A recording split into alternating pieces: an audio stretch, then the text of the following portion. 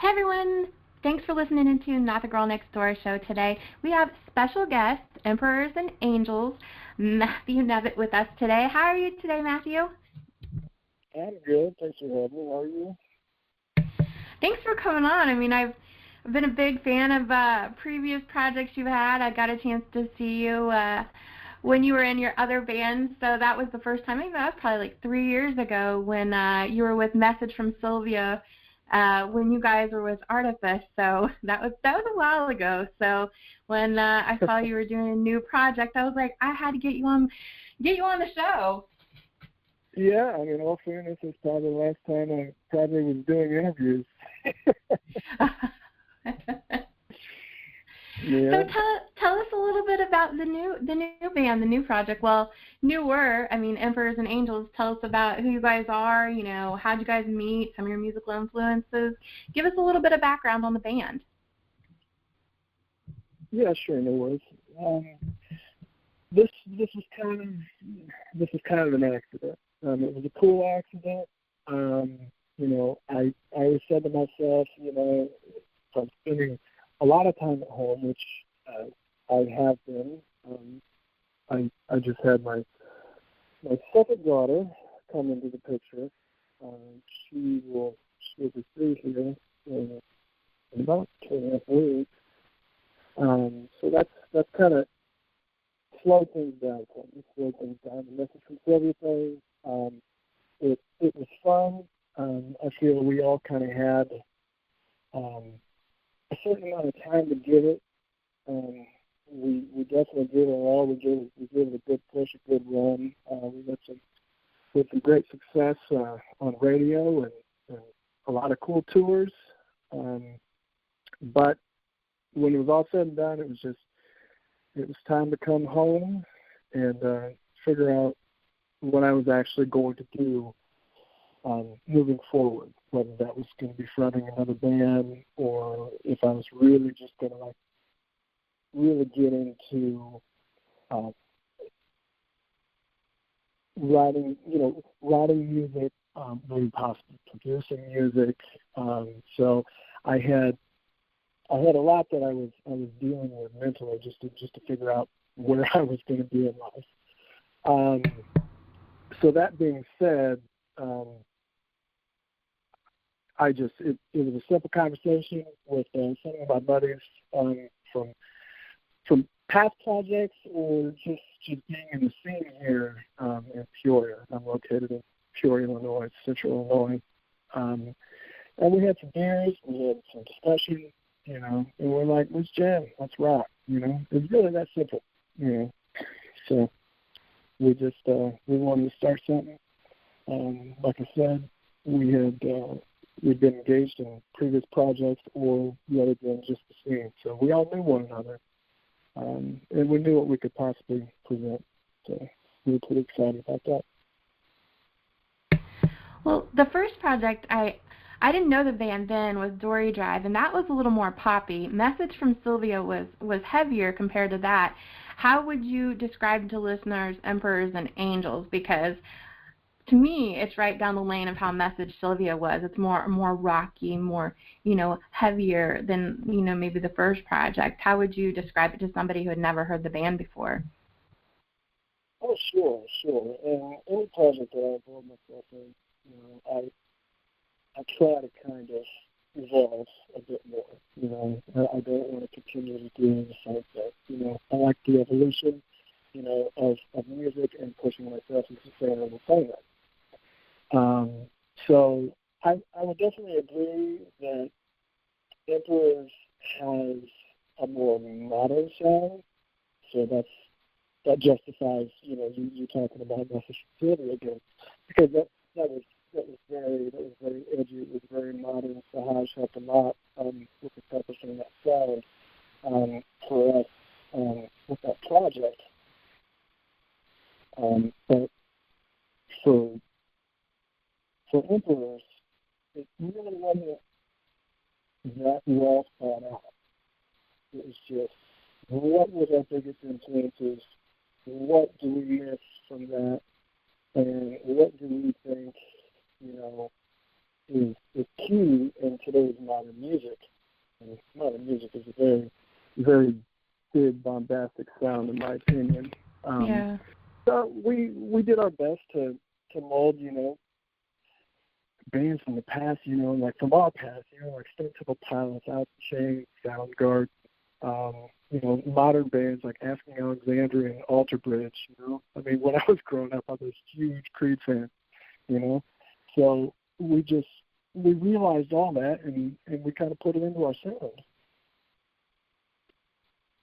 And you as a vocalist, just talking about the three projects, you have a big vocal range and you're amazing as a vocalist. I think, I talk to people, I talk to fans, I talk to bands, and I ask them what draws them into the bands that has influences on them. And me as a fan, the vocalist is the focal point for me, and that is what draws me into any band. I mean, I can like the guitar riffs, I can like the bass riffs, I can like all of it, but the vocalist is the big point. Have you been a vocalist? I mean, has this been something you've been doing for, virtually your whole life, or what made you jump into doing this? I never thought I was going to be a vocalist. I never thought I was going to be a frontman. I never thought I wanted to. Really? No, not at all. I mean, I had zero experience when I was growing up. I was an aspiring drummer, so that's what I was doing. I was playing in local projects. I was the drummer. Long story short, one of the bands way long ago, and I'm not going to put myself down that road and really show my age or my youth or vice versa. Okay. But yeah, right.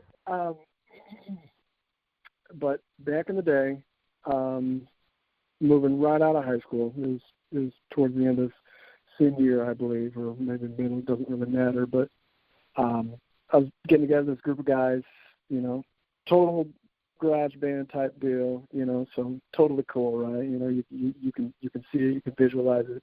Just a bunch of kids, cramming into a garage, making noise, what have you. Yeah. And I didn't really know what was going on. These guys had been jamming for a while. I just brought my drum set. We started jamming, had a good time. And I don't know, the guitar player just stopped in the midst of one song. He's like, "Dude, are you singing back there?" I'm like, "Well, I don't know if you want to call it singing, but I mean, I really enjoy the song. We're jamming, It was a Creed song, so I knew every lyric, I knew every melody. So I was just back there, beating the skins, and kind of singing away. And they heard me, and they're like, "No. What we need to do is we need to get you a microphone." I'm like, "Oh no." Really? What's this going to be? Yeah, exactly. So we jammed the song, we jammed, multiple songs after that, and still I felt that I wanted to be a drummer, so I didn't, I wasn't pushing to be a singer. We did this project for a while, trying to find the right singer, and while we were doing that, I decided to be like the Phil Collins did, like the drummer and singer for a while. Right.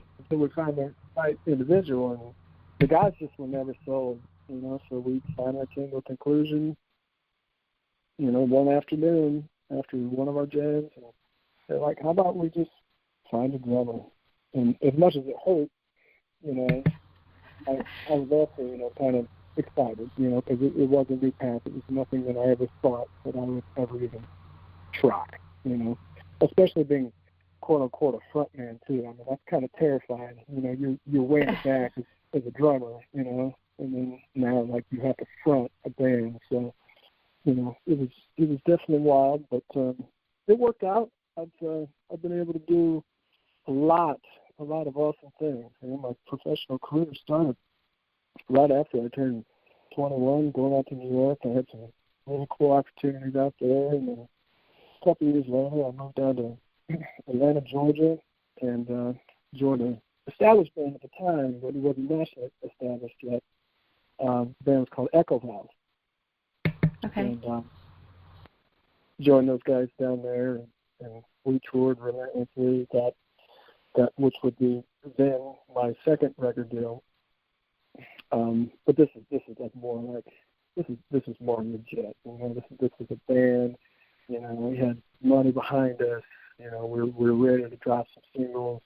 You know, some tour support. You know, it just felt cool, right? Because as a musician, an aspiring musician, that's the one thing you want. You know, you want a record deal. You know, maybe not in today's music, but you know, back in the day, like that was a big thing. You know, because there was support. Because there was support. So, I mean, that's really how it all started. I mean, it was kind of long-winded, but I never really thought I was going to be a singer. No.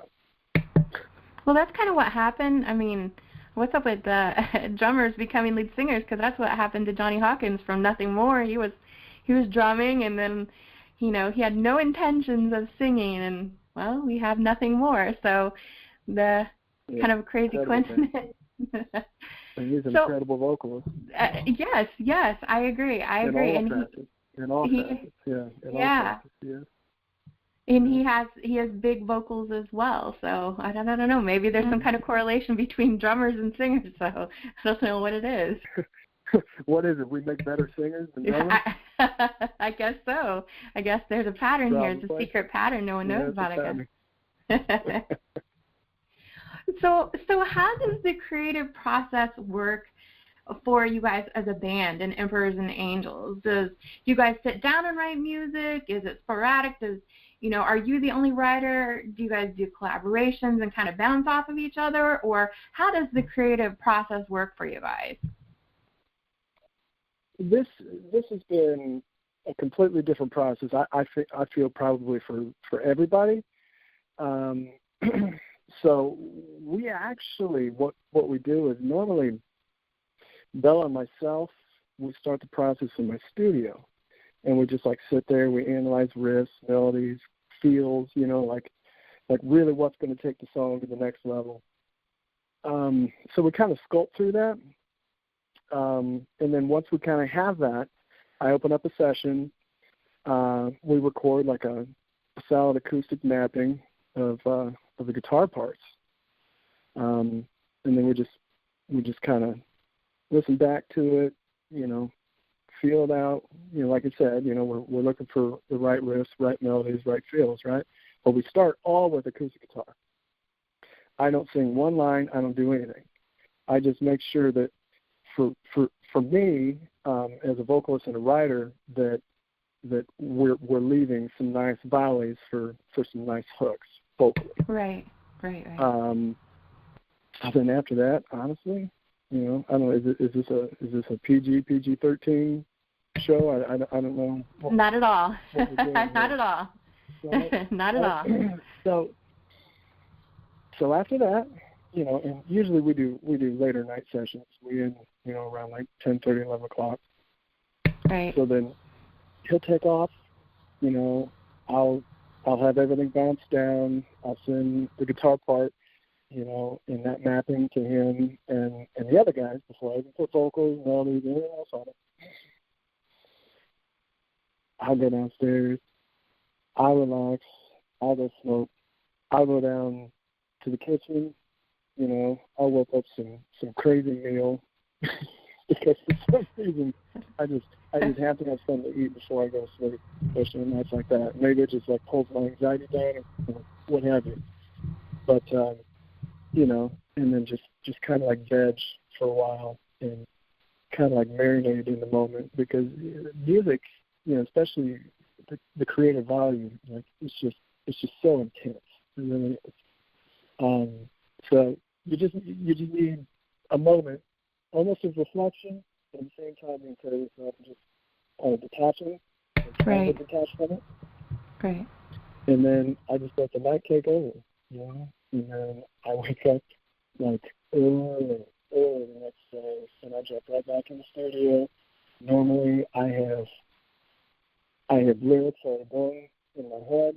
And the night before, I had melodies because I was already working on melodies inside of my head while we were working on the guitar parts, you know, the night before. And honestly, 90% of the time, I have almost a full demo to sing to the guys, that next morning.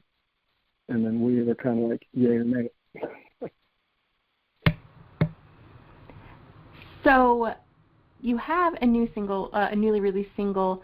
We'll talk about your new music, Need to Rise. And that's the newest single that's out. But then we have Pyre coming out at 8/14. So can you give us a little scoop on Need to Rise and maybe talk about Pyre and what are we talking about in the songs here? Yes, well, hopefully, hold on, let me just stop you for a second. I'm hopeful. I might have jumped the gun on 8/14. Yeah. And I'm still doing some minor things because I'm actually producing these songs and engineering these songs now. Before we were using a great producer when we started, well-known, his name is Paul Trust. His biggest works with the band Starset. Okay. But I learned a lot from him. I learned a lot from his mannerisms and his sound, and the nature of how he uses some things. We don't need to get into deep squad stuff, but I really appreciate that. And I learned a lot from Sahaj Ticketer as well when we were doing the Message from Sylvia record. I'm always waiting, to do something more, learn something else, and vice. It's just crazy. My mind is very chaotic. But anyways, back to the 8/14 thing. I'm doing my best. I hope I can get it submitted in time.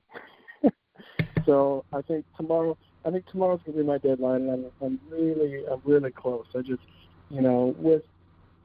with producing your own stuff and having members of the band actually your friends, it makes it a little bit. It just makes it a little more tough because you want to make sure, or you want to do your best to make sure everybody's completely happy. And it might not necessarily not have been what you personally would have done, but if it encompasses the project, and the project is all of us, Right. every single member, and what we want to hear and what we believe in, that's what makes up Epilepsy Management. So my mindset has to be different with that than other projects that I actually do produce now, and what have you. But so back to your question, I'm sorry, but that's okay. So what I'm doing right now, like when we started Emperors, I was really like just mentally heavy. I was kind of lost. I had a lot of positive things going on in my life. You can have money, people can like you. Everything could just seem like it's peachy and amazing, in the external, but the internal, for some people, it's just always a crazy mental battle. It's a war. Definitely. And that's really what all these songs are about. So what I try to do is, I try to preach like mental health and self-awareness, but I'm trying to put a positive spin on it.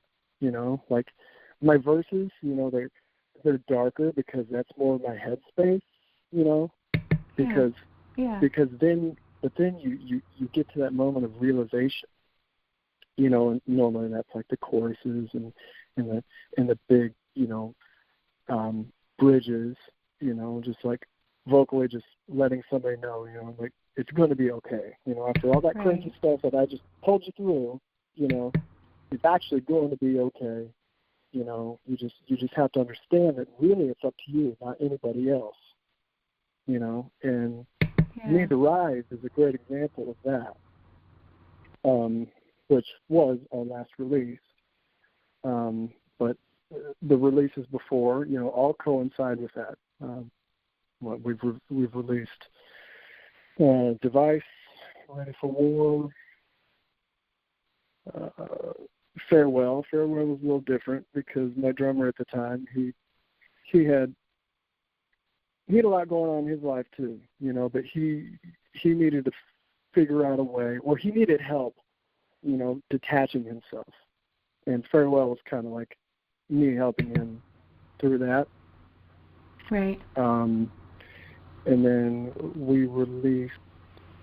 We're relentless right now. We just want to release music because we're trying to build a platform, and Right. that's tough enough these days. But as long as you can just keep coming at people with music, and inspiration, that'll grow by itself. It'll be organic, and that's the best way to see through it. Like if you can grow your brand organically, that's truth, So, well, and things have changed. I mean, think about the industry has changed. Think about when we were younger. when a new CD would come out, you would go get the whole CD to hear the new CD. And with you guys coming out with songs, a single all the time, you're keeping people's interest sparked.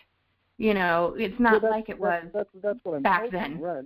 That's what I'm hoping because it always bums me out, when especially when everything got so digital, people could just pick and choose without actually giving a song a chance, because people are very fickle, They're like, well, if it doesn't grab me in the first 20 seconds, I'm just moving on because it's just not going to be good. Well, they just lost out. They just lost out on a great song, But if you force feed, that's what we're doing. Anybody who wants to hear us, they're just going to, because trust me, I get messages all the time. When are you going to put out the album? When are you going to put out the album? We're going to release singles, And then at some point, if somebody wants a physical album and we actually get to play a show, and that's another topic, altogether, when live music is actually going to thrive again, right? Right. That's what we'll talk about. But for now, like, our mission, my personal mission, is just to release as much quality music, as this band can, and build this platform and build a solid foundation, so we can go out there and do what we want to do. We just want to rock, Well, do you think being on lockdown has helped or hindered the band? Because obviously, in a way, it has hindered you because you're not able to go out and play, all these shows and, do things how, quote, quote, normally they would be. But do you think it's helped as far as maybe freeing up time or more time? How do you think it's impacted you guys as a band? Our project, personally, this isn't a huge issue, right? Because for the four of us, like this isn't like end all be all. Like this isn't number one. Like we're home, like we're focused on our families. A lot of people have jobs. We all have bills. Emperors was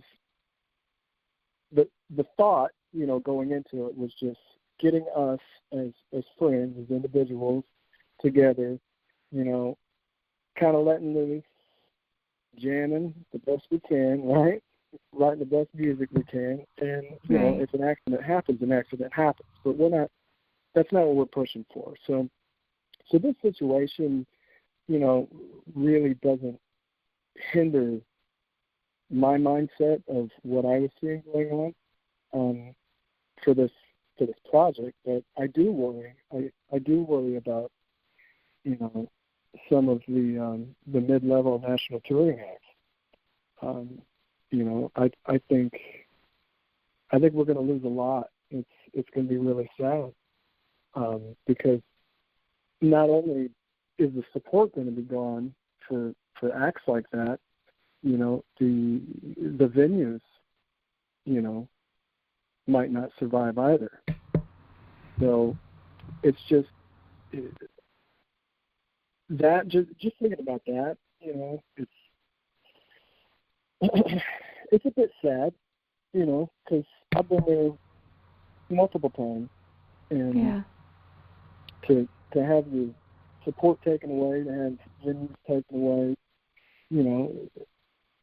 to come to the realization that your fan base, financially, even though they want to be a part of it, just can't be, so it's pretty crazy, You know, the worst thing that happened to us, you know, Emperors and Angels, is we lost our debut show. Like, I know. It was canceled 2 days before. 2 days before, you know, it was a sold-out show, and, you know, we were supporting the National. You know, but we had our own hype, and, you know, it was going to be a killer show. The band was excited. You know, we worked our butt off, you know, to present the best live show that we could, you know, and then it was taken from us. But, you know, this COVID in these times, like, has taken away so much more from so many other people. So, right. You know, that was minuscule. Yes, it was a bummer, you know, but we'll play a show someday.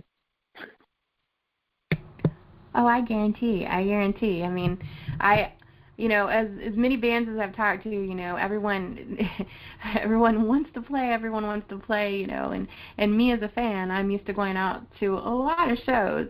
And, you know, even if the shows did come back today, I can't say it as though I would be ready to jump on the bandwagon and, you know, be in a crowd and be like that. So I miss it as much as the bands miss playing. So definitely, I completely understand. So yeah. What are your plans now then? Like, are we going to keep making music and releasing singles, or do we have any other things planned for the rest of 2020? What's coming up in the future? Well, it would be cool to play some shows. I'm not holding my breath, but it would be cool. That's what this band was formed to do, you know, was just get out there and of course rock, you know, like that's what we wanted to do. Obviously, yes, we like mentality right now is just to relentlessly release music, you know, release a single, hopefully every month, if not every month, every other month. You know, we have the capacity to do it. We have so many songs, it's ridiculous, you know. It's just taking the time to get here and out of my studio and get everything worked out and done. You know, but that's always a balance. But other than that, you know, we're going to take it day at a time and, you know, keep presenting music to the ones that want to hear it, and kind of grow this platform a little bit. Hopefully by the time 2021 comes around, you know, we can anticipate something a bit more exciting, you know. But as for now, you know, we're going to do the best that we can, just like everybody else is at these times. Completely agree. So where can people find your music? Are you all over all the media outlets right now? Are you all over social media? Do you guys have merchandise website? What do you guys have out right now? Oh, man. We're sitting on a ton of merchandise because the show didn't happen, you know? Of course. We were really thinking we were going to capitalize on that, you know, but, you know, that's fine, and that's an investment for the future. That's no worries. But, you know, just like anybody else, you know, find us on Spotify, add us to a playlist, follow the band, obviously, you know. Like I said, we aim to be releasing music monthly. Like, we're trying to be crazy about this, you know, just letting everybody know who we are. Apple Music, Amazon, YouTube. Like, seriously, any major streaming platform. And then, come on, Facebook, Instagram, Twitter. Find us, Emperors and Angels. We're pretty cool. I have to agree. I have to completely agree. I'm out there. I'm playing the band on my show. I'm on 8 to 10 a.m. Monday through Friday, every single week. Well, Matthew, I thank you for coming on the show. Come back anytime with new updates, new music, any new news you want to talk about. I appreciate you coming on. Oh, yeah. I appreciate you having me.